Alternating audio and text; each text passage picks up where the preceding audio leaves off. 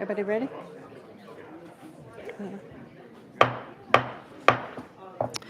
Good afternoon, everyone, and welcome to the Children and Family Affairs Subcommittee. Thank you all for joining us today. We're going to begin with Representative Powell leading us in a prayer. Let's stand and remain standing for the pledge, please. Thank you, Heavenly Father, for bringing us here today.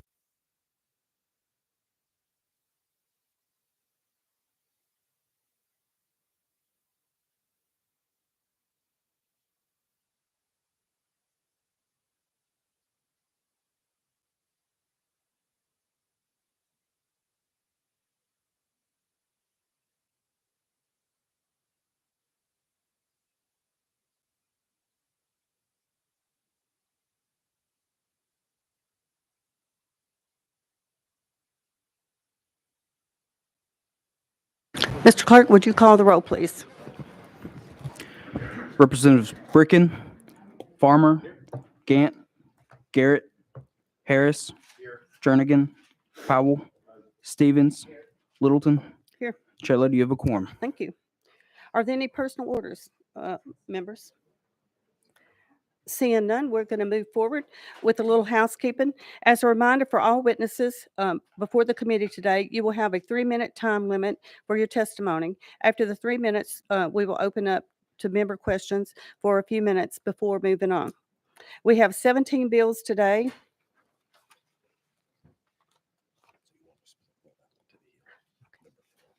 Number 4 is going to be rolled to the Hill.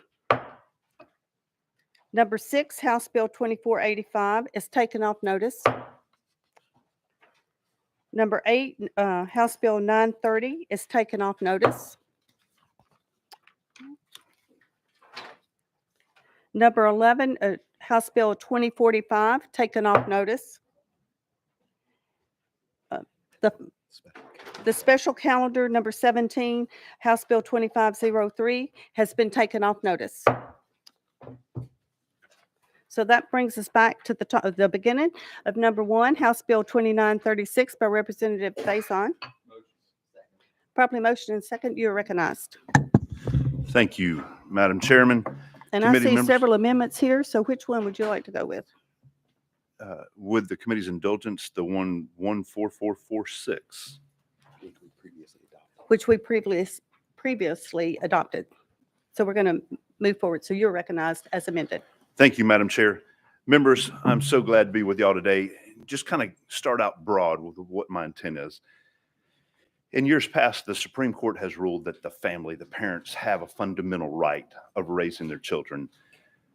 Our code is silent on certain things. There are 4 things that I'm hoping to do with this bill. The four things that I'm trying to do is enshrine in Tennessee law that it is up to the parents to direct the upbringing of a child, to choose the education, the health care, the mental health care, and their religion. I want to put that in the TCA. Saying that, I love quotes. I don't know if y'all get into quotes, but I love quotes. And I found a quote by Confucius. And I said, well, Jeremy, you're a Christian, but sometimes Confucius really got it right. And so I wanted to share with y'all what Confucius had to say. He said, the strength of a nation derives from the integrity of the home. And then the great orator, Barbara Bush, she said, where will our country find leaders with integrity, courage, strength, all of the family values in 10 or 20, 30 years? The answer is that you are teaching them in the family and loving them and raising them right now. So I just wanted to highlight the fact that we fundamentally as humans understand that parents are the God-given authority of a child. I think there are several areas in our TCA that are silent on that, and I'm hoping to enshrine in our law that we recognize as a state that parents are the final arbiter. If they've been good parents and not been in trouble and the law's been part of their life because they've been a derelict parent.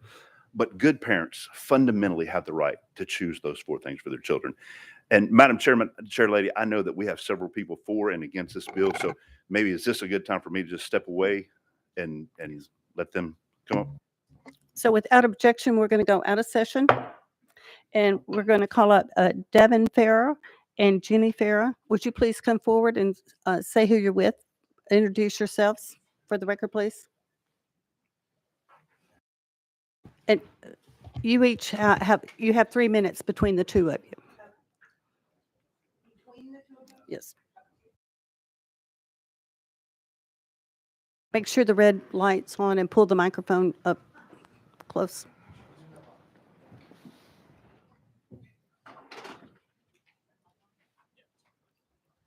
State your name and who you're with, please. My name is Devin Fair, and I'm with the Family Farm Project. You Can I start proceed. whenever? Yes. ma'am. My name is Devin Fair. I am 18 from Hamilton County. I'm an Eagle Scout, a member of the National Honor Society and Beta Club, and a football player. I will graduate high honors and will be recognized as a top 10 graduate by Hamilton County Schools. Following graduation, I'll be attending the University of Tennessee to continue my education. On the surface, it seems like I've had a great life and accomplished a lot, and I have. But there's a part of my story that's been too difficult to share. The wounds are still open. I've spent so much of my life recovering from the so-called services and help provided by a tax-funded agency known as DCS. Before that fateful day in October 2011, I was a happy but shy kid. Safety was never a concern for me. It was simply given. My life was filled with the joys of childhood, toys, books, games, and countless adventures. Looking back, I recall those days as carefree and wonderful. Home was a place of love and security. I was taken to the Child Advocacy Center, knowing I was there to speak with a counselor about the events at my babysitter's house involving my stepsister. The first counselor I met was a kind lady with red hair. As she asked me questions, I remember drawing. Despite the difficulty of some of the questions, I shared what I could, even demonstrating what happened when asked. After the red-haired lady left, the DCS caseworker known as Caitlin entered. We were in a small room and she positioned her chair to block the door. She spoke aggressively, threatening to take my family if I spoke about what happened. Terrified, I tried to leave, but she blocked me. Despite my pleas, she insisted my parents were bad and pressured me to agree. When we heard other voices, she opened the door and I ran to find my mom and brother. The caseworker followed, calling my mom into a room. I heard her yelling at my mom, and my little brother went and opened the door because he was upset. My mom got up and we left. I told my mom what happened when we got in the car. She assured me we would report it. That evening, the caseworker came to our house and I hid with my brother. I felt terrified seeing her again, fearing she'd take my family. Thankfully, she left and my parents reassured me. The next day, we dropped off my stepsister at school, unaware it would be the last time we saw her. On October 6, 2011, the caseworker filed an unjust motion leading to my testimony. A brief encounter with a single DCS caseworker at the age of 5 changed my life forever. She had a predetermined agenda, and when my story didn't align with it, she resorted to threats and intimidation to silence me. However, you don't easily forget a monster, and her actions haunted me for years. In December 2015, I was called to testify in court, and I hadn't forgotten that monster. To my extreme disappointment, that judge, while acknowledging he was impressed with my recall, wisdom, and found me credible, he ultimately said something along the lines of, now that DCS is out of the case, we're just going to have to forget about all of that, but nevertheless, it's in this record. That is completely unacceptable. I listened to part of the discussion on SB 2749 by the Tennessee General Assembly on March 5th, 2024. During this discussion, Connie regularly voiced concerns about the vague language of the bill, which could potentially leave children and families vulnerable to systemic overreach and abuse. One significant issue Ms. Regularly highlighted, and one that resonates deeply with me, is the lack of clear evidentiary standards for DCS intervention. Additionally, she emphasized the need for provisions ensuring that parents and children have the right to a neutral individual present during forensic interviews. My own experience underscores the importance of protecting families from a system with excessive unchecked power. That was right on time. So we appreciate your strength to be here today. And Thank you. yes, and we're sorry that you went through those things. Are there any questions for Mr. Fair? Seeing none, thank you very much for being Thank here. you. So next we have David Fowler with the Family Action Council.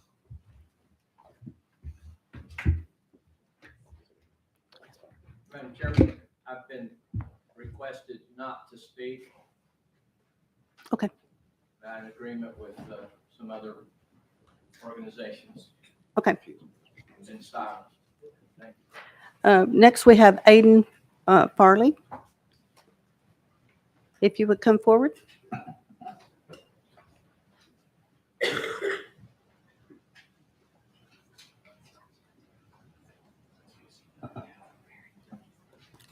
And if you would state your name and who you're with, please. You have 3 minutes.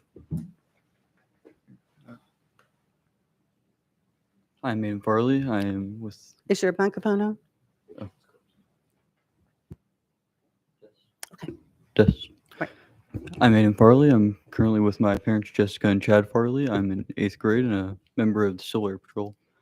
I'm going to just pull up my speech here, if Okay. that's good.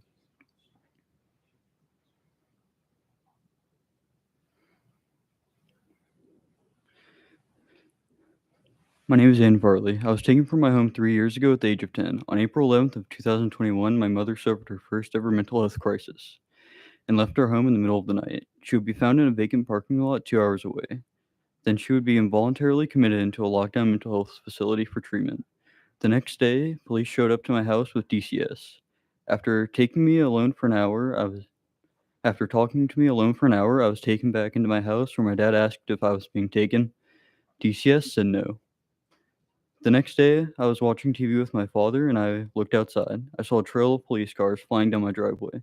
Officers in vests, helmets, with large guns pointed at us, screaming officers everywhere.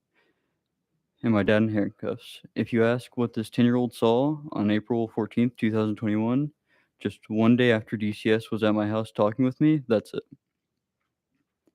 The only thing that had changed after DCS talked to me was that the DCS lady left my house the day before and went straight to the mental health hospital where my mother was getting help for a diagnosis that plainly stated she had no reality.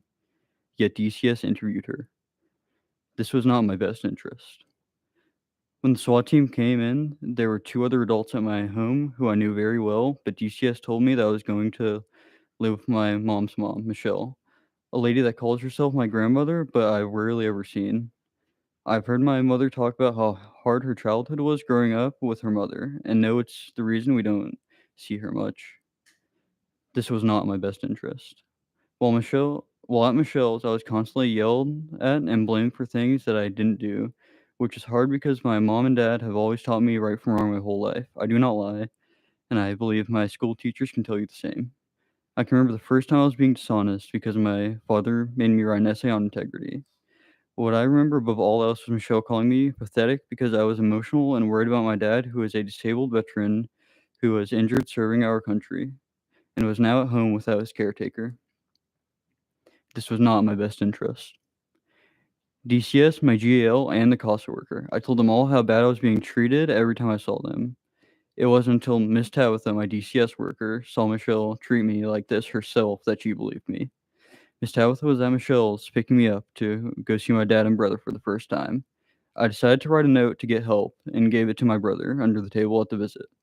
By the time I had gotten back to Michelle's, word of the note had traveled, and even though I was told I wasn't going to get in trouble in front of DCS, as soon as Miss Tabitha pulled away, it started. This was not in my best interest.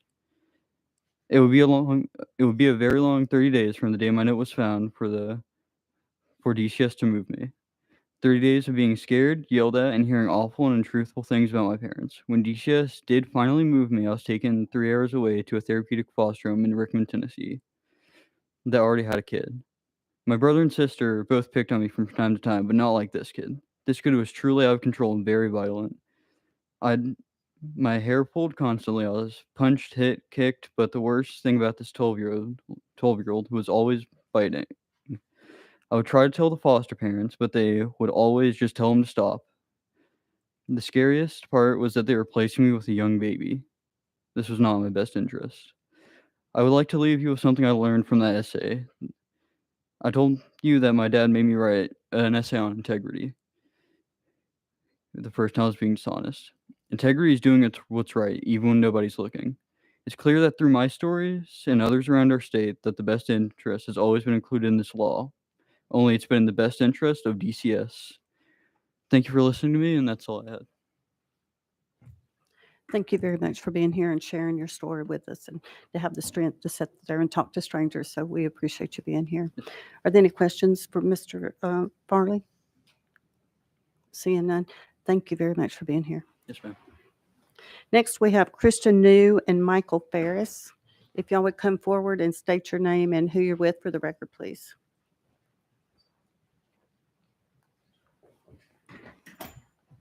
You will each have 2 minutes, since there's 4 of y'all today. My name is Kristen New, and I am just a mom from Shelby County. Okay. My name is Michael Ferris. I'm a constitutional lawyer from Virginia. My name is Kristen New, and I'm a mom from Shelby County. I have a child who went through public schools and another one enrolled in public school. But before I begin, I want to say that parental rights should not be political or controversial because they are God-given. The only job of our elected representatives concerning this topic is to protect and uphold the fundamental rights for parents to raise their children as they see fit. And this just isn't just my belief. This belief has also been upheld in numerous Supreme Court cases as well. In saying that, I think that it's absurd for me to have to travel 6 hours to talk about something that should be basic common sense to everyone in this room. But the reality is that parental rights are not being protected and upheld, and parents are being gaslit with claims that parental right violations are not happening. In other words, we are told that we didn't see what we just saw or didn't hear what we just heard. Parental rights violation exposure has been a focus of mine for the last few years, and there are many examples, but I'm just going to give you 2 today because of the time limit. My first example involves a counseling department in my school district. Parents discovered disturbing patterns of employees driving political agendas that include keeping secrets from parents. One counselor in particular was most egregious. Every day she wore head-to-toe rainbow costumes and nicknamed herself Rainbow Bright, which she claimed was her alter ego, and told 6th grade children that her personal hero was the drag queen RuPaul. The district promoted and endorsed the counselor's social media accounts, including Facebook, Instagram, Snapchat, Twitter, TikTok, and personal blogs, which contained evidence of critical race theory, gender theory, and queer theory, by linking them to the school district's official website. The counselors also encouraged their students to follow them on social media outlets. And most of all of this was going on unbeknownst to parents. When we discovered this and we brought these concerns to our district, we were publicly ignored, or they said our concerns were unfounded. Thus, our parental rights were not upheld. The second example involves the theater department. Vigilant parents discovered that the student audition form for one of the school's productions included this language. They asked for your preferred pronouns, including they, their, theirs, prefer not to say, or other, as if there were more options. They also asked for your first and last name, and they asked you to please list your preferred name and your birth name. And they also wanted to know which name that you wanted to be called in front of parents. Okay. Do you both want to say your part and then open it up for questions? So you want to go ahead? Sure. Thank you. Madam Chairman, my name is Michael Ferris. I'm a constitutional lawyer. I've argued 2 cases in the Supreme Court of the United States. I've argued cases here in Tennessee on parents' rights and religious freedom. I have been the past president of Alliance Defending Freedom, and I'm the founder of the Homeschool Legal Defense Association. I testify in favor of this bill, and I just want to basically cover 2 points. One is what the bill does, and then secondly, what the bill doesn't do. What the bill does is it enshrines in Tennessee law longstanding common law principles that have been recognized as constitutional by the Supreme Court. But ever since the case of Troxel versus Granville in the Supreme Court in the year 2000, the Supreme Court really, frankly, messed up the whole area of parental rights, and the courts all over the country have gone in 1,000 different directions on parental rights. And a number of states have said, if we're going to get a handle on this, we need to put the traditional principles of parental rights in familiar language into the positive law so that judges get it right. Fundamental right is a well-known term of art that has been recognized in litigation in every state and by the United States Supreme Court repeatedly. It is the highest level of protection. The standard test for parental rights being a fundamental right is embedded into the bill, that being a compelling governmental interest. That's the highest standard. The government must prove an overwhelming justification for ever invading parental rights, burdening parental rights. It's written in correctly in alignment with the best constitutional law in the most familiar cases. Parental rights being fundamental are not absolute. It means that can be overridden in cases such as real child abuse. was properly proven, properly found out, just as one example. It also contains the right to have a cause of action or a defense for parental rights that makes it clear. Oftentimes, both Congress and state legislatures fail to include a cause of action, and the courts can sometimes determine, well, you've got these rights, but you can't enforce them. This allows you to enforce your rights. Very important. What the bill does not do, it does not cede jurisdiction to Congress. The argument that by using familiar terms that have been endorsed by the federal courts, including the United States Supreme Court, that we're somehow embedding and ceding jurisdiction to Congress. That's simply an erroneous theory. I've taught constitutional law for 17 years at the collegiate level. Anybody wrote that on a con law exam Sir, would fail. Your time is up. Thank you. Are there any questions for witness who? No? Seeing none, thank you very much for being here. Thank you so much for your Yes, time. Thank you. Thank you. Next, we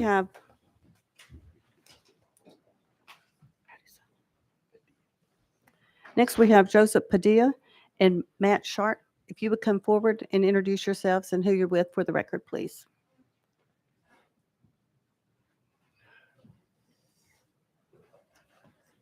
And you each have 2 minutes. Two.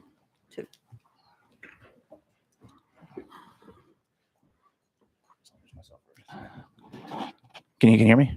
My name is Joseph Padilla. I am a current Wilson County School Board official. Okay, I'm Matt Sharp, Senior Counsel with Alliance Defending Freedom. As a Wilson County School Board member, I've taken numerous phone calls from distraught parents, mostly mothers. These conversations can be very unsettling, and they happen more often than you think. On one occasion, I took a phone call from a very concerned and heartbroken mother that wanted answers. Could you imagine your son or daughter going by a completely different name or a completely different gender without your knowledge while they're at school? On July 10th, 2023, I brought this issue in front of this other school board members during a work session. I was concerned that we had no policy or guidance on how to handle this situation. Unfortunately, my biggest takeaway from this was from a fellow school board member who asked if there was a state law concerning the mandatory reporting to parents if their child is confused about their gender and they express it to a school employee while they're at school. There is no state law. There is no state guidance concerning this topic. A month ago, I was contacted by a friend of a parent to discuss another situation. This dealt with a middle school teacher giving an inappropriate class to her students and instructing them not to tell their parents because she didn't want to deal with complaints. Luckily, the students didn't listen and they spoke up. So why are there no complaints and why don't we hear about these issues more often? The answer is easy. It's fear. Plain and simple. After most of these emotional draining phone calls with mothers, I'm told to please not use their names because they don't want their child to be treated differently or they don't want to miss out on opportunities at school because they spoke out. These concerned parents have witnessed others before them being attacked and labeled for bringing up these same issues, and they want no part of that. And honestly, I don't blame them. I've also been discreetly contacted by teachers about feeling pressured to use pronouns or different names by their counseling departments. Teachers will never speak out due to fear of retribution. Just because you don't hear of these situations often doesn't mean they're not happening. This bill will definitely assist teachers by clearing up any ambiguity on how they're supposed to handle a student who is experiencing mental health issues while under their supervision. I hope everyone knows just because I support parental rights, that doesn't mean I'm against educators. I completely support our teachers, but I also completely support a parent's right to be informed about their child and any possible mental health issues if uncovered at school. Every parent is mandated by state law to send their child to receive an education. Why shouldn't there also be a state law that assures parents are notified if their child expresses any mental health issues while they're at school, such as gender confusion? Please give parents an opportunity to be informed and decide the best way to love and support their child through these serious emotional issues by passing this bill. I really wish you could hear the heartbreak of just one mother's voice during one of these conversations. Their voice is why I'm here, and this is why I'm pleading with you to pass this bill. Thank you for your time, and God bless. Thank you. You're recognized. Thank you. Madam Chair, our firm regularly represents parents across the country whose rights have been violated by government actions. And now we're beginning to see those threats emerge in Tennessee. Recently, it was uncovered that Nashville Public Schools has created a gender support plan several years ago. The document asks students their preferred names and pronouns, whether their parents support their gender change. And based on it, school officials, not parents, decide whether the parents will be informed about the child's gender confusion. This bill would help stop actions like this in Tennessee. It's a promise to Tennessee families that their decisions about how best to raise their children will not be ignored or overruled by government officials. The bill does this by recognizing that parental rights are fundamental rights, like free speech and religious liberty. That means parents' decisions about their education, upbringing, and healthcare for their children should be afforded great deference. Whether it's raising a child in the family's faith traditions, selecting a pediatrician, or deciding when their child's mature enough to have a cell phone, these decisions reside solely with the parents, not the government. Second, the bill puts strong limits on interference with parental rights into state law, only allowing the government to interfere when it has a compelling reason to do so, such as protecting a child from physical abuse or neglect, or making sure that a child gets access to emergency medical services when necessary, all of which are contained in this bill's text. It doesn't change DCS's authority to investigate under state law. Finally, the bill provides a legal remedy for families whose rights are violated, allowing them to get, for example, a court order telling the government to stop interfering with their parents' decisions. The bill is based on laws that 17 other states have enacted, including North Carolina, Florida, Georgia, Iowa, Montana, and Arizona, where many of these laws have been on the books for decades. By passing this bill, Tennessee would join these states in taking a strong, principled stand with parents. Thank you. Thank you. Are there any questions for witnesses? Seeing none, thank you very much for being here and your testimony. So without objection, we'll go back into session. You are recognized, Representative. Thank Sorry. you, Madam Chairman. Lady, I want to try to clean up a few things, make some things very clear. This bill has nothing to do with what education's being taught. If you're a parent and have chosen, like me and plenty of others, I have 2 children in public school, I understand that when I put my children in public school, they're taught certain things. This does not set up a framework for you to get a teacher or a principal in trouble for teaching something that you don't agree with. What my attempt here is that the instructor doesn't have the ability to pull my child aside and go against the will of a parent when it comes to my religion. For instance, I'm Christian. If there was a teacher who was trying to pull a child aside who was raised in a Muslim home and trying to proselyte them without the parents knowing, that would be an issue. If a parent is completely fine with a child being gender neutral or having pronouns, that's fine. But when a parent has not given that okay, I don't think a government official should be intervening and circumventing the parent to decide what's right for that child. I believe fundamentally, regardless of where you stand on gender issue, that it should start with the parents. Not that. I'll tell you a quick story. I think last year I told y'all my adoption story. I have a son named Gage. He's 19 years old that I adopted. Both of his biological parents are alive. The reason I'm telling you this is from the time he was old enough to really rationalize and think, there has been a bond with his biological parents. He's never actually met his biological dad. But to this very day, there is a bond to that man that Gage would love to be able to resolve. He sent me, Gage, when he was 16, he sent me a song that said, "Thank you for being the dad you didn't have to be." He's always looked at me as an adoptive dad, but there's something special about a blood bond, about the parents' right that I believe kind of proves the existence of God. And I've watched my son for 19 years, and he's dealt with the fact, and it's been like demons in his life dealing with the fact that there are 2 individuals who conceived him that are not part of his life. And so the reason I'm telling you that is to me, it proves that that's a special bond, unless there's something really egregious. The 2 younger guys who testified earlier today, man, that kind of rocked my world. And I felt like saying that proves my point. You had a government entity intervening in their life and getting it wrong. That's why I think it's incumbent on us as a state to say, hey, it's paramount that the mom and the daddy, the mom, the dad, whoever is in the family unit is first and foremost. With that, I'll take questions. I can go through the bill. It's a 6-page bill. I can go chapter by chapter if you want me to do that, or you've kind of heard what the bill does. What would the committee like from this point forward? Let's just move forward with some questions and then see what they want. Representative Harris, you're recognized. Thank you, Shirley. And to the sponsor for this bill, glad you clarified some of this because some of the speakers were speaking way off of what I thought you had said this bill was going to be on. So hopefully there's nothing in here that made someone think that was That's what why- you were trying to do. that's why we So- clarified. Yes, sir. Okay. But I do have a question for, part of it says that it would allow for the parents to make all physical, mental health decisions. I'm sorry, to access and review all health and medical records of the child, and to make all physical and mental health decisions for the child, and consent to all physical and mental health care on the child's behalf.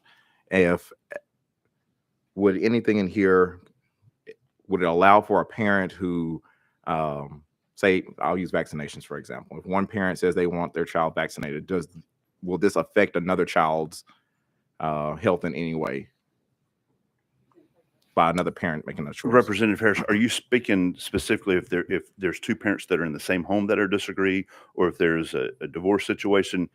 What specifically are you getting at? So thank you, and I'm going towards more like the educational side. So if a parent wants to make a choice as far as vaccinations for their child and say, hey, I don't want to vaccinate my child, Okay. and the other one says, oh yeah, I want to vaccinate my child, does that interfere in any way with or violate the other person's health in any way?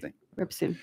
Thank you, Madam Chair. And we might consult the legal, but I believe the answer is this doesn't impact the vaccination laws that we currently have on the books. Right. And so unless that school represents that there's a religious freedom from that, regardless of what the parents say, it's already the law that you're going to be vaccinated if you're attending public school. Recognized. Okay, so I use that as an example, but let's use religion as an example. Okay. If one child is Christian, one child is Muslim, and their parents bring them up differently, does this interfere in any way? Does it allow for a parent to say, oh, my child is being indoctrinated with a different religion that I didn't ask them to be, and could they bring any repercussions towards the other side or the other family for any reason? You're recognized. Thank you, Madam Chair. Lady, Representative Harris, from my understanding, and what we're doing is, this is if an instructor from school is specifically going after somebody, not if it's the curriculum of the school. If there's an issue with the curriculum, like if there's a Christian student and they feel like the education that day is pushing Islam, this has no bearing on that. The parent would, if the parent didn't appreciate that, that's what they have a school board for. This has to do if a teacher is circumventing that process and pulling a child aside and trying to encourage a behavior one way or the other. That's what this is going to. Thank you. Representative Harris. Thank you. Any other questions? Representative Powell, you're recognized. So I have a couple follow-up questions, and I guess too, I got lost. I was looking to see which bill we were on for a minute because some of the testimony I was kind of very confused. And I appreciate some of the things you said, but unfortunately, we often know that sometimes parents, don't always make the best decisions for their children. I wish we lived in a perfect world where that wasn't the case, but oftentimes, children can live in very sad and neglected homes. My question is, if you had a situation where a child wanted to reach out and speak to, say, a school counselor with maybe some mental health concerns that they had, or they were going through something, and they were fearful that if their parents, found out, they might not allow them to see that counselor to speak about those issues. Would this prevent the child from being able to receive mental health counseling and health without the consent of the parent? Thank you, Chair Lady. Absolutely. And I would say my children are worried about me finding out a lot of stuff that they're part of, but that's why I'm the daddy. And that's why they have a mama to say, we are the decider of what's best for you physically, emotionally, mentally, and spiritually. If they end up speaking with a counselor, that's fine, but I should be present and understand what's going on. As a parent, I believe I deserve the right for that. And there are times that children they're not getting it right. That's why I'm the daddy. You're recognized. I guess I just have in a perfect world, I think that situation would occur, and I appreciate your parenting.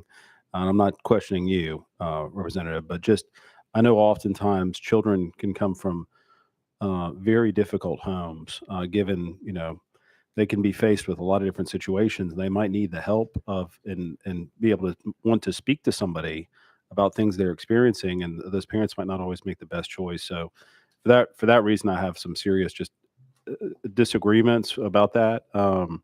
Because unfortunately, we're just not always painted with parents that have, are raising their kids the way I hope that would be best for them. You're recognized.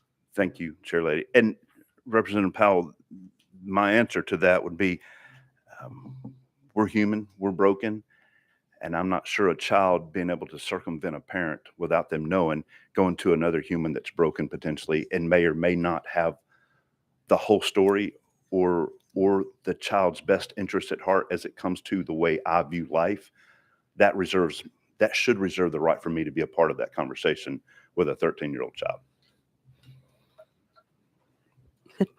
Chairman Farman, you're recognized. Yeah, just Representative Powell had brought up a point here. He had asked if I got it right, if a child would need, if a child saw a counselor or something, and if the parent would need to know about that. As I understand it, we're talking about minor children here. So we may need to go out of session and ask legal this question. Would a child be able to engage the services of a physician under the age of 18 without parental consent under current law? Do you want to go out of session? Please. We're out of session. You're recognized. Heather? And the reason I asked that, just a little background, I don't know that this bill actually addresses that issue, really. I think that issue could potentially be the standard already. I don't know. I guess my question is this: does this bill change anything? Okay, good. Heather Aspel, Legal Services. This amendment that we have here still keeps in touch with the mature minor doctrine, which allows for, and I can go through that if you would like that, Representative Farmer, but it still keeps the mature minor doctrine that we have. So they would be able to, under a certain age, rebuttable presumption, they'd be able to have the capacity to seek a physician generally before getting should get parental consent before treating, but if they're between the ages of 14 and 18, there's a rebuttable presumption of capacity that a physician may treat them without parental consent. Okay. Thank you. Thank you for answering my question. That's all I have. Thank you. Members, while we're out of session, we've overlooked a witness that we need to call up and have to let them speak. Somehow I overlooked them, and I apologize for that. Mackenzie Ellithorpe, if you want to come forward and turn the light on and your name and who you're with, please. You have 3 minutes. Can you turn the microphone on, please? Is it? Thank you. There you go. My name is Mackenzie Ellithorpe. I am with the Family Forward Project, and I am 15 years old. I live in Montgomery County. I'm a sophomore in high school and a varsity cheerleader. I want to tell you why real parental rights are important to me. Can you talk into the mic more? Okay. Thank you. Okay. That's good. I want to tell you why real parental rights are important to me. In 2011, when I was 3 years old, I was legally kidnapped from my parents by a secret juvenile court order. I did not understand what had happened. I was not abused or neglected. My parents did not use drugs. I was also separated from my baby brothers. It seemed like it was forever, and when I finally got to see them for a visit at McDonald's, it had been 2.5 years away from my mom and dad. When I was finally able to go home for good, 6 months later, I remember being very excited to be home with my mom and dad. Even after I got home, I feared that it would happen again. It was so sudden, and I never understood it. When I came home, I would have nightmares about someone coming in my room and kidnapping me. Even now, I am very guarded around large groups of people. I think you should make a law for parents and children to be protected from the government attacks. I would not want another child to be caught in a trap like I had to live in. I believe that the parents who brought their child into this world should be able to raise their child without government interference. Please vote no on this bill. Thank you very much for being here and your bravery. Are there any questions for Ms. McKenzie? Seeing none, thank you very much for being here. I apologize for not calling you up. You just overlooked. So without objection, we're going back into session. Representative Faison, you're recognized. Did you have a question? You ready? You're recognized. Just so we get this scenario straight, and I'll use if a child engages a counselor and maybe you're saying that the parent has to be informed that they're seeing a counselor or that they have to be there. Is that correct? You're recognized. Thank you. The parent needs to know what's going on with the well-being of a child, unless it interferes with the mature minor doctrine. I'm thankful for legal bringing that up.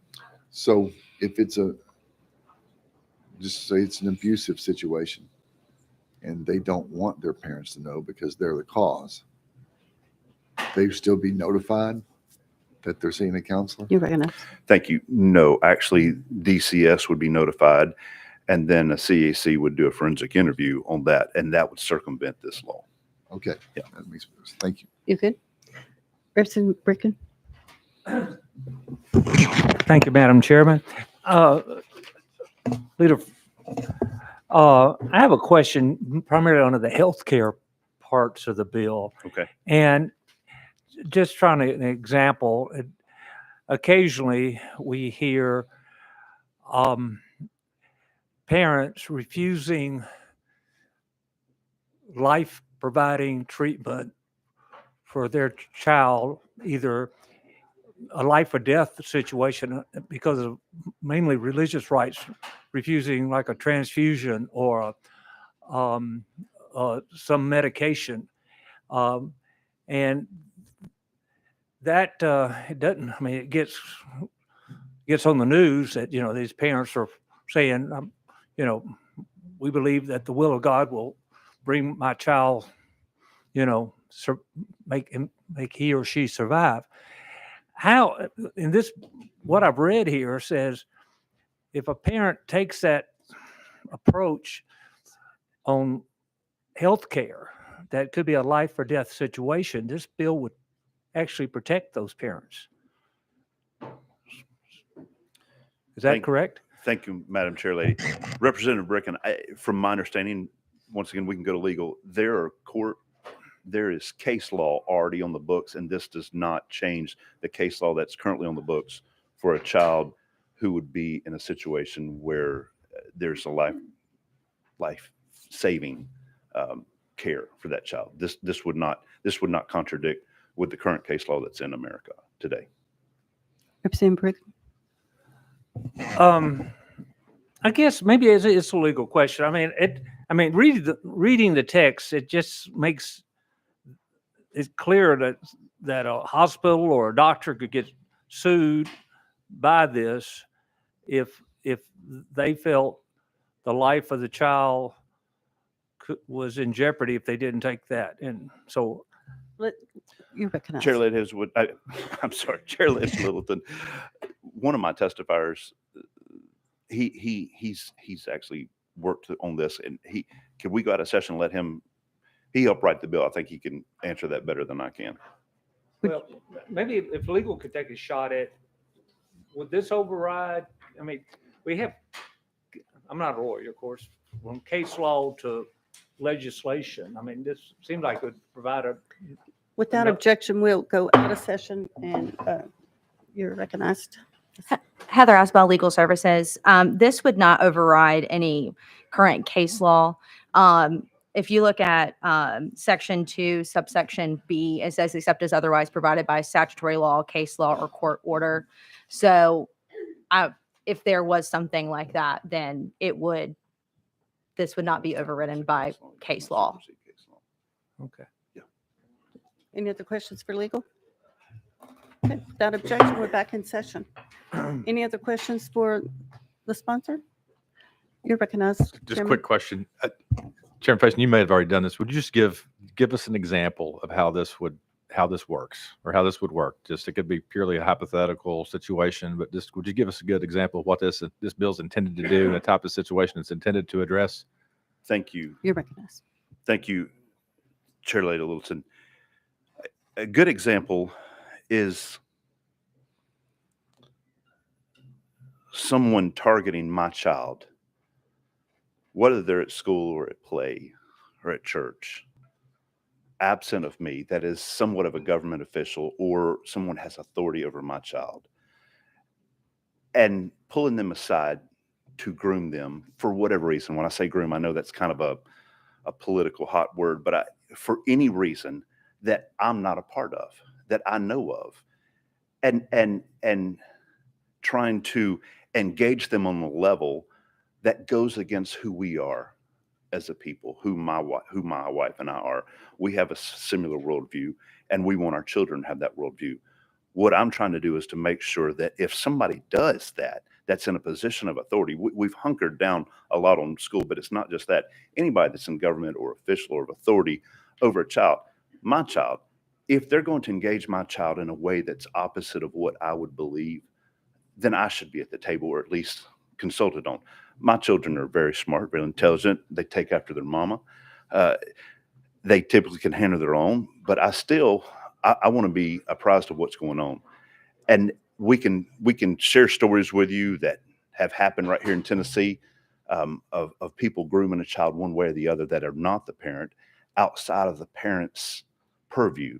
And so that's what I'm trying to do, to make sure that if a person does intervene and try to encourage my child one way or another against our worldview, that at least I'm part of it, that I can offer a counter. Chairman Farmer. And thank you for that. And Chairman, I will agree with this, is that our teachers in every school, all the schools, will be private or public schools, they need to be teaching the curriculum, math, English, social studies, history. They need to stick to what they've been hired and trained to do, and stay out of the parental lane of traffic.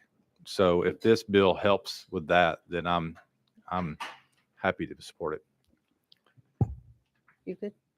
Representative Bricken, were you finished? I didn't ask you. Okay, making sure. You're recognized. Renew my motion. I think we were going to talk about an amendment that you were going to try and maybe put on in the Senate. I mean, in the full. Thank you. Committee, DCS has identified a small technical area, and with your indulgence, since this is our last calendar, DCS has talked to me, and we would like to, it's not a major amendment, we'd like to fix that amendment next week in full, if y'all so see fit to let this bill out today. You're recognized. I guess maybe this may be the sponsor, or to the chair lady, is this is it a substantive amendment, or is it just a? It's technical. If it's technical, I'd make a motion to adopt it. I don't think I don't have the amendment with me. Okay, well, I'll withdraw that motion. Yeah. Okay, and I'll be quiet now. All right, thank you. So are there any more questions for Representative Faison? Seeing none, are we ready for the question? All right, so we're ready to vote. All those in favor of House Bill 2936 as amended, all those in favor of sending it to civil full, say aye. Those opposed, no. The ayes have it. You move out to civil full. So next up, you're recognized. Thank you, Madam Chairman. I was consulting with our next sponsor, and he would request, or I make a motion to roll his to the heel of the calendar. That would be House Bill 2957. Okay, so House Bill 2957 by Representative Hardaway will be rolled to the hill. Thank you, Madam Chairman. You're welcome. So next up is number 3, House Bill 1386 by Representative Bolso.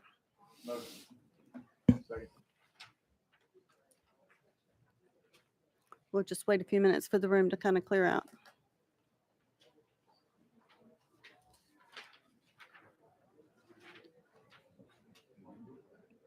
You are properly motioned and second, and you are recognized. Yes, you, Representative Bolso.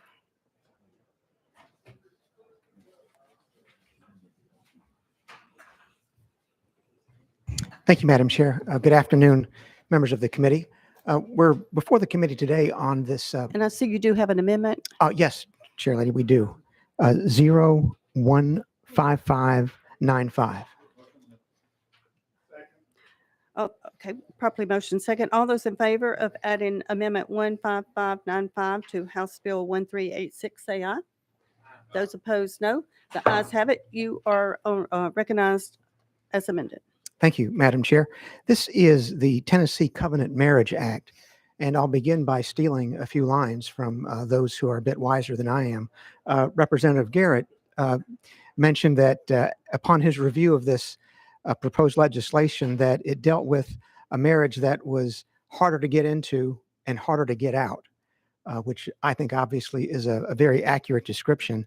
And earlier, your first sponsor, quoting from Confucius, said that the strength of a nation derives from the integrity of the home, which is also something that I'd very much agree with. Integrity in that sense meaning cohesive and having a firm structure. This is a bill that would help to strengthen marriage and families in our state. It's a type of a marriage that has been adopted in other states, including Arkansas, Arizona, and Louisiana, which was the first state to adopt a covenant marriage bill back in 1997. And essentially what it does, in addition to the typical requirements for marriage, is it requires that the couple go through premarital counseling to ensure compatibility before they could actually obtain a marriage license. That's the harder to get into part. And the harder to get out of part is that it removes as a grounds for divorce, no-fault divorce, sometimes called irreconcilable differences. So there are grounds that are set forth in the bill that would give rise to an action for divorce, but no-fault divorce is not part of a covenant marriage. And with that, Madam Chair or Chairman, ready for questions. Members, do we have any questions for Representative Bolso? Representative Bricken, you recognize? Thank you, Mr. Chairman. Representative, I'm trying to, is this,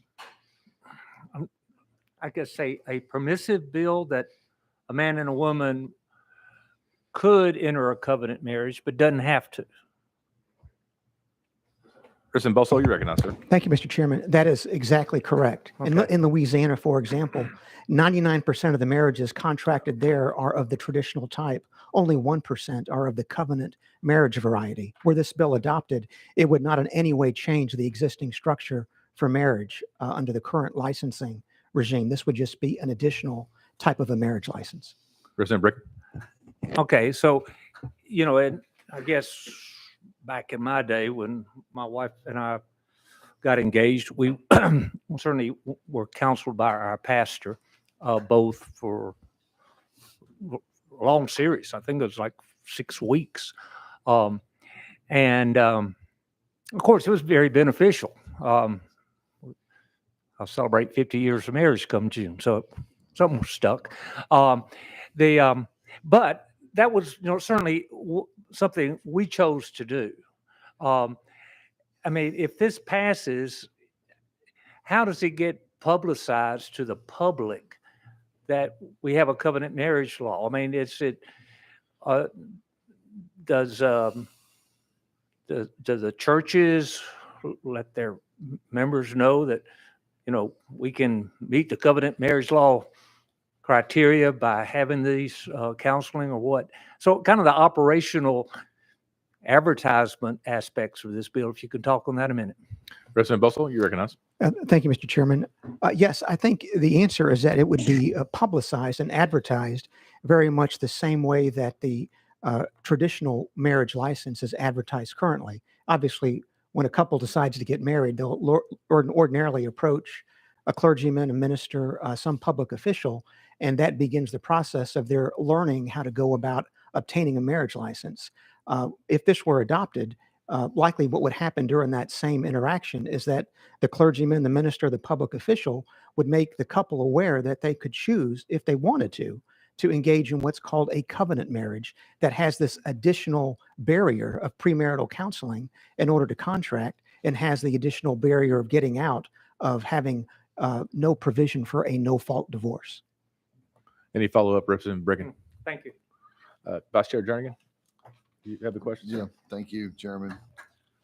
Sponsor, could a same-sex couple enter into a covenant marriage under this law? Representative Bolso, you recognize. Thank you, Mr. Chairman. No. Vice Chair? Any follow-up? Go out of session, ask legal question. Okay, yeah. Members, any objection to going out of session? Hearing from legal, seeing none. All right, Ms. Asbill, you recognized? Or I guess we need to have a question first. Yeah. Maybe. So as this would be a marriage license and the same-sex couple would not be recognized, would that violate Oberfeld as far as?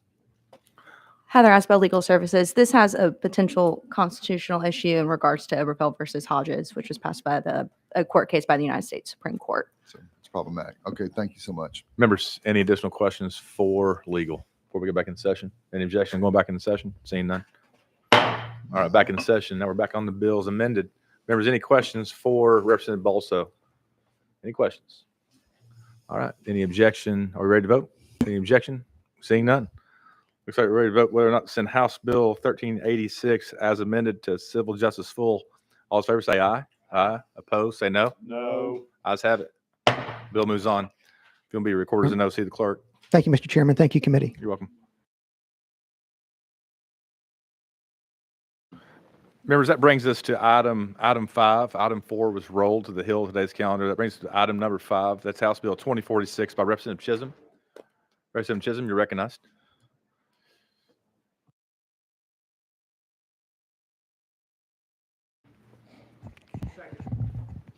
Thank you, Chairman and committee. I brought to you a House Bill. Representative Chisholm, let's get a little just housekeeping going here. I've got a House Amendment 3513. It's untimely, but it's the same as Amendment 1, what you had. So without objection, members, do we mind to vote to adopt this amendment? Okay, got a motion and a second. All those in favor say aye. Aye. Opposed say no. All right, very good. Now we're back on the bill as amended. Now you're recognized, sir. Thank you, Chair and committee.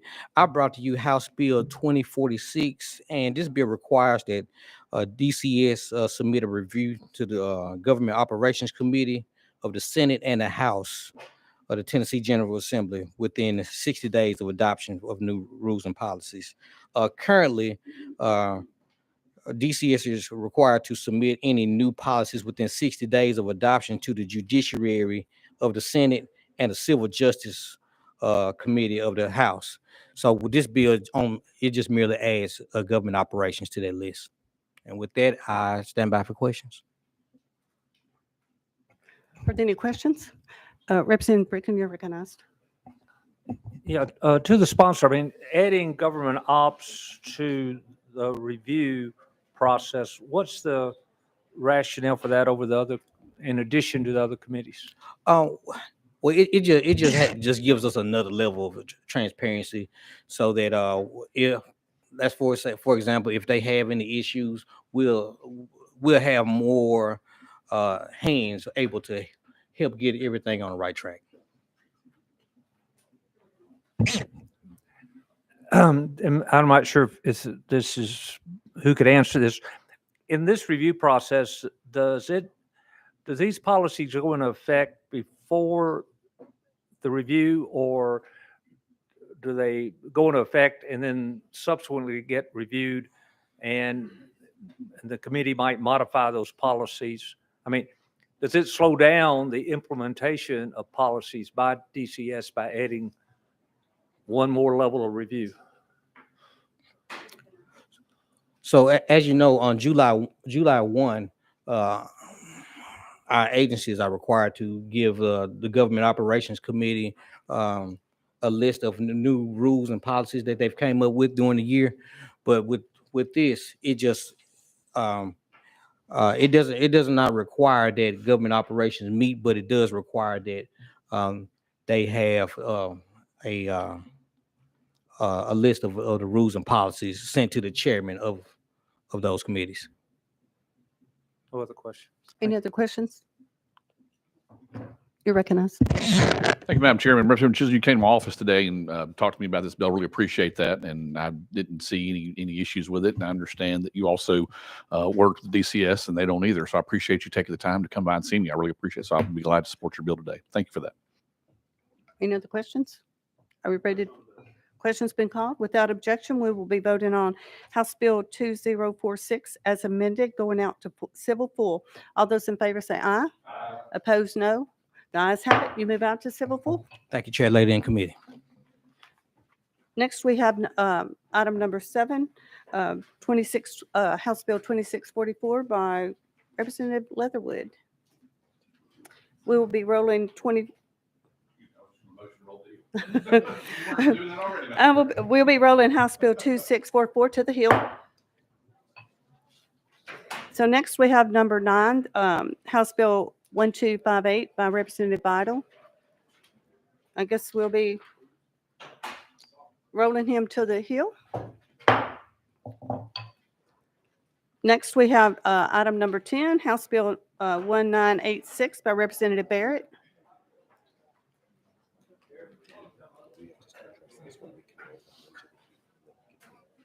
Okay, we'll be rolling House Bill 1986 to the Hill, and we'll be going back to House Bill number 7, House Bill 2644 by Representative Leatherwood.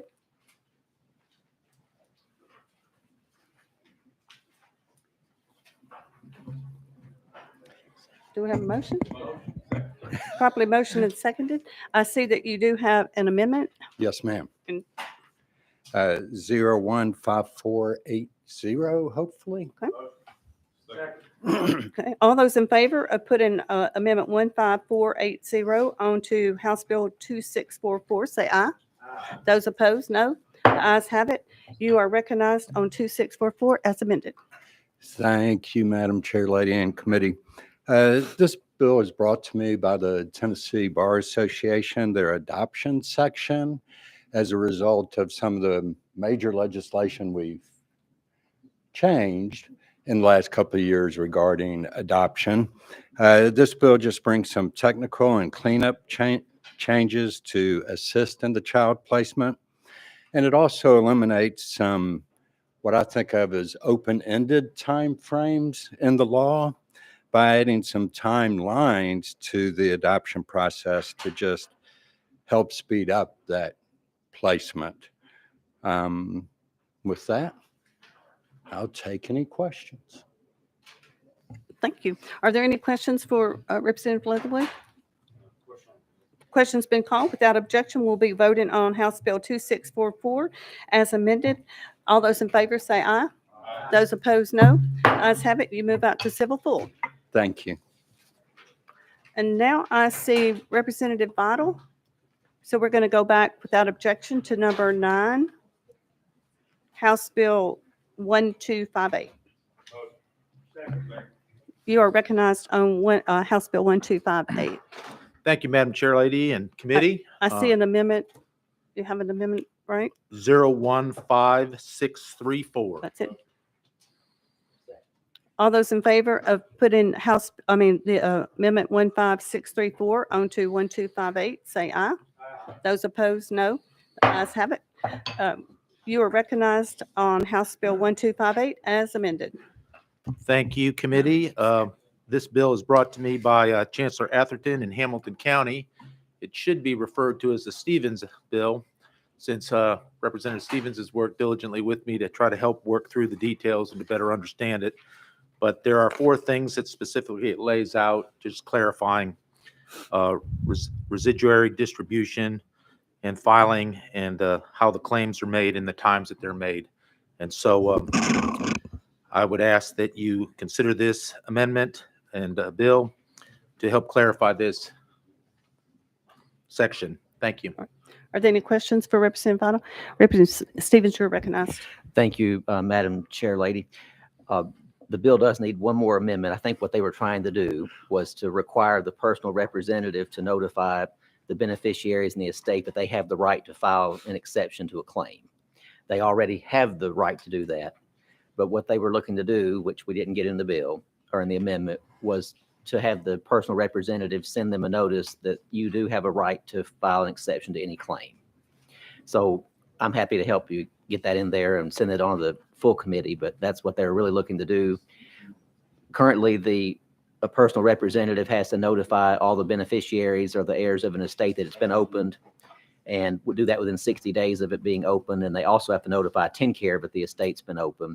And this would add a third thing, that they have to notify the beneficiaries or the heirs that they do have the right to file the exception to the claim. So that's the sentence that needs to be added in the amendment, and I'm happy to help you get that in there so we can get what they would like you to do done. I You're appreciate. recognized. Thank you, Mhm. Madam. I appreciate that. And the whole idea behind this is to simplify the process and make sure that notification is given, but it's not repetition and time consuming. But we're glad to do that. Representative Garrett. Thank you, Madam Chairman. Thank you, Representative Vital, for this. Let me make sure I'm the amendment that I'm looking at. Are you talking about the amendment that y'all were just discussing? Will that rewrite the bill? Or are we including 32301C and then 32306F in what I'm seeing in the current amendment, where we have a beneficiary of an estate can file exceptions and a creditor of an estate can file an exception of another creditor? Is that what this is doing? Representative Vital. I do know that it deals with conflicting creditors' claims, and it also deals with creditors to file an exception to another's creditor's claim. Okay. You're recognized. I do this work. I do probate work consistently. And I know you said, and I don't mean to contradict what you said, and I know Chancellor Aspin helped draft this particular piece of legislation, but I've got some real issues with it. Here's why. I had an estate several years ago that probably had about 300 beneficiaries. There was no will. And in a will, your heirs at law are the beneficiaries. So if you could imagine, if you file any pleading in the court, we call something that's called a certificate of service, that we send it to every single person that has an interest in this particular lawsuit, or excuse me, in the particular probate. With your bill, now all potential heirs could file exceptions to claims. That's right now the responsibility of the personal representative or the executor of the estate, or if there's no will, the administrator of the estate. They have the authority to file an exception. You are opening it up to everyone that could have a potential claim against the estate. And what you're also doing is creating a separate hearing when there is a creditor that files a claim in a state. That creditor files in the probate court, and then everyone's notified. The personal representative of this creditor's claim. The personal representative has a responsibility then to say, okay, we either owe that or we're going to file what's called an exception to the claim. Again, right now, the personal representative is the only one that has that option to file an exception. You are now, or this piece of legislation is now creating other creditors to fight each other on who's getting money that they may not be entitled to. And so we're creating a process that, in my opinion, for an estate that has multiple beneficiaries, because maybe the decedent didn't have a will, we are creating a process that's going to be costly for the estate, and there may not be any creditors that pay because they're going to be fighting each other over a potentially insolvent estate. So I don't know if that's where the amendment is going, but if the amendment is going to rewrite the bill and not have section 32301C and section 32306F, which will create, in my opinion, havoc for a personal representative, I can't support this piece of legislation because it's going to create a lot of expense and a lot of issues for the administration of an estate, which we hope is pretty quick sometimes. Sometimes they can last a long time, but this is going to make it last even longer. So those are my concerns with this, Representative Vital. You're recognized. I appreciate that input. And as someone who was about to process my mother's estate after her passing away last Thursday, I don't want to do anything that complicates the process or any creditors or anyone who has a right from being prevented. So I'm willing to work with you, and I'm at the will of the committee as we move forward on this. So thank you. Representative Stevens. 2-1. Thank you, Madam Chairman. So the personal representative already has to notify the beneficiaries and the heirs at law, but the estate's been open, and they have to notify TennCare within the 60 days of the estate being open. The proposal that we got from Chancellor Atherton and another gentleman in Hamilton County added a third thing to that list that said that the personal representative had to notify all the beneficiaries and the heirs that they had the right to make an exception to a claim. And then the rest of it just clarifies language that's already in the statute. So it's not the original bill that requires the personal representative to send the notice every single time a claim is filed. That's not part of the amendment, and there's no way in the world I would support that because they'll be going to the post office all the time and sending mail. But this one just requires the personal representative to notify the beneficiaries and the heirs that they have the right to make an exception. And it's ultimately their responsibility to look in the file if they want to do that. They're deemed to be on notice of the claims, and if they would like to make an exception, then it's on them to figure out how to do that timely. Thank you, Madam Chair, and thank you, Representative Stevens, for that clarification. But what I'm reading is under Section 2F that still says where creditors can file exceptions against other creditors. And that's, so if the amendment is taking care of that section, which I think is problematic, then and then your explanation of the amendment, then I'm not going to have a problem with it. But what I'm reading, is that going away, or is that still going to be remaining in the proposed legislation? You're recognized. Thank you, Madam Chairman.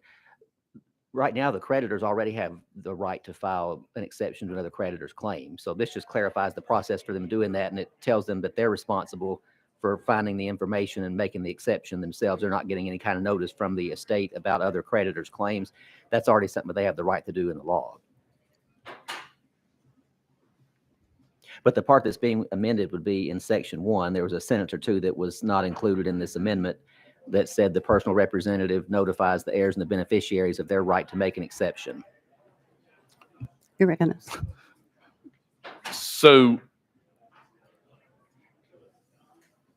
right now, the personal representative of the estate, we're making one more requirement for notice that they have the right instead of creating havoc. Would that be fair? All right. Thank you very much for that. Appreciate it. Thank you. Any other questions? Are we ready to vote? Madam Chair, are we going to have another meeting for this committee, or was this the last one? Well, I think we'll have another one. If there are bills on the calendar, we will meet next week, yes. Well, I was going to suggest that we had another meeting. We could roll this to the next meeting, but if we're not sure, then we might want to go We can ahead just roll it to the Hill because I don't think we're going to finish today. So is that all right? Okay, so we are going to be rolling House Bill 1258 to the Hill. Appreciate it, committee, and we'll take that and we'll try to get worked out. Thank you. So next up is number 10, House Bill 1986 by Representative Barrett. You recognized? Thank you, Madam Chair. We need a motion and a second. Probably motion and second. Thank you. Made me a little nervous there. And we have a previous amendment. Do you want to leave that adopted? Is that the amendment you want to leave on the bill? Yes. Okay. And it is attached already, correct? Mm-hmm. All right. All right. Thank you. Members, as you may recall, we had this bill last week, and there was testimony from interested parties and as well as testimony from the department on this. And since then, the department and I have had some conversations. They actually tried send me some language that they proposed to amend this. Unfortunately, we just couldn't get to a point where we were comfortable with it. Honestly, just is a bridge too far. And as I've watched what you all have dealt with today and material that you've been considering for the first hour of this committee and testimony that you've seen, it's not unique. The testimony that you heard from my constituents with troubles and concerns that they've had with DCS with the department is not something that is rare. It seems to be an issue throughout the state. And so this probably follows somewhat in line with that legislation that was being presented earlier. And as a body, we talk a lot about the faith that we have in parents, how we believe that parents have the ultimate right and responsibility to raise their children. We talk about the faith, the trust, and how parents' rights are paramount, but yet we still allow a department of the state to interrupt and insert themselves into the relationship that they have with their children based on nothing more than an anonymous report. And so again, this language of this bill and what it proposes to do would not eliminate anonymous reports from being presented or filed. It would just preclude the Department of Children's Services from acting on those reports. It would require those to go through separate channels and be verified before any additional action would be taken by the department. So with that, Madam Chair, I will stand ready for questions.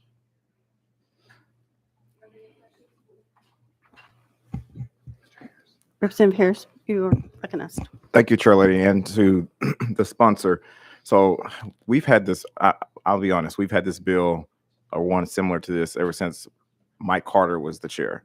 Was my first year. And so it just never does what anyone hopes for it to be able to do.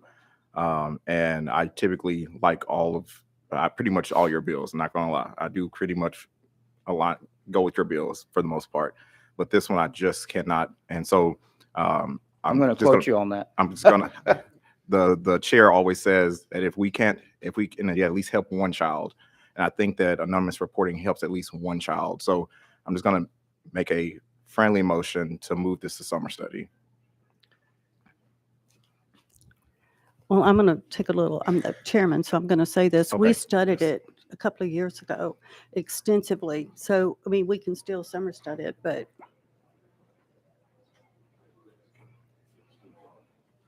Just roll it. Okay.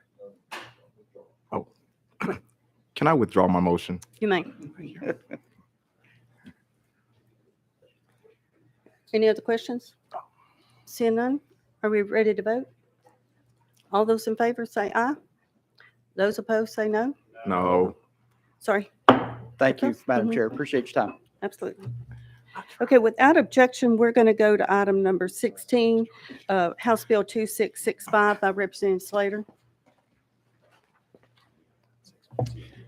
Thank you, Madam Chair. Thank you, committee. We need a motion.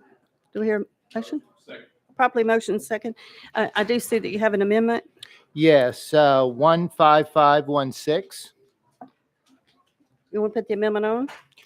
All those in favor of Amendment 15516 going on to House Bill 2665, say aye. Those opposed, no. The ayes have it. You are on House Bill 2665 as amended. Thank you, Madam Chair. As amended, HB 2665 does two things for families when a juvenile has been arrested for an alleged delinquent act. First, the juvenile must be allowed at least one telephone call per day with the child's parent, guardian, or legal custodian each day. Secondly, the juvenile must be allowed at least one 30-minute in-person visit with the child's parent, guardian, or legal custodian, I'll get that out, per day. This requirement is only for that period after arrest and prior to adjudication. And with that, I stand ready for questions. Are there any questions? Representative Brigham, you're recognized. Thank you, Madam Chairman. Certainly on the surface, I have no issues with the bill. Just more of a curiosity is right now, I'd like to know if this bill, how a delinquent or a juvenile is handled. I mean, what is that just permissive, the phone calls or the visitation? Is that just subject to the place where the child is, the administration? So that's the first question. You're recognized. Yes, my understanding is that there is discretion. This would codify that they would have these rights to the phone call and to a visit. You're recognized. Second question, not to get really weedy here, but you're limiting a 30-minute per person visit, but no limit to the length of the phone call. I mean, could they just sit on there and talk to mom and dad 8 hours? Yeah, I believe that the juvenile detention center would be able to put reasonable limits on that. And we are working with the detention centers to make sure that we have in place some guardrails for that. And I suspect that we'll have an amendment to those with some that would address some of your questions as we go to full committee, if it would come out of subcommittee. But those are very good questions, and we do want to work with the juvenile justice system to make sure that we're not putting anything that would be onerous on the juvenile detention centers. You're recognized. Last question. It's just, so who brought you this legislation? I mean, where did it kind of come from and the rationale for it? Yeah, this. You're recognized. Oh, I'm sorry. Sorry, Madam Chair. This came to me from the Senate side, and the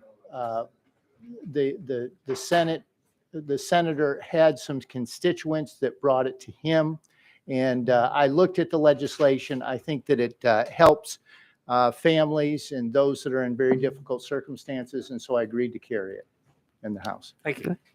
Any other questions?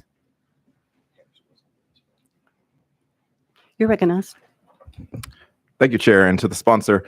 If I could, I'd high five you for this. I had this exact bill in 2022.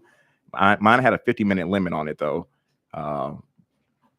So yours is open. I like it. I'm going to support it. I like it. Thank you. Thank you. Any other questions? Sin? Questions been called?